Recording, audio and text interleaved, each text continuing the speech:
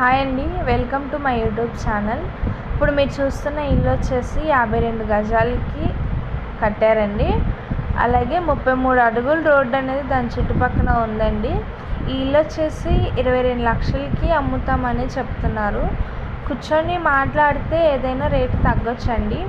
దీని లైటింగ్స్ కానీ ప్రతి ఒక్కటి చాలా క్వాలిటీతో తయారు చేశారండి. మీకు ఇంకా ఈ ఇంటి గురించి ఇన్ఫర్మేషన్ కావాలంటే స్క్రీన్ మీద కనపడే నెంబర్కి కాల్ చేయండి.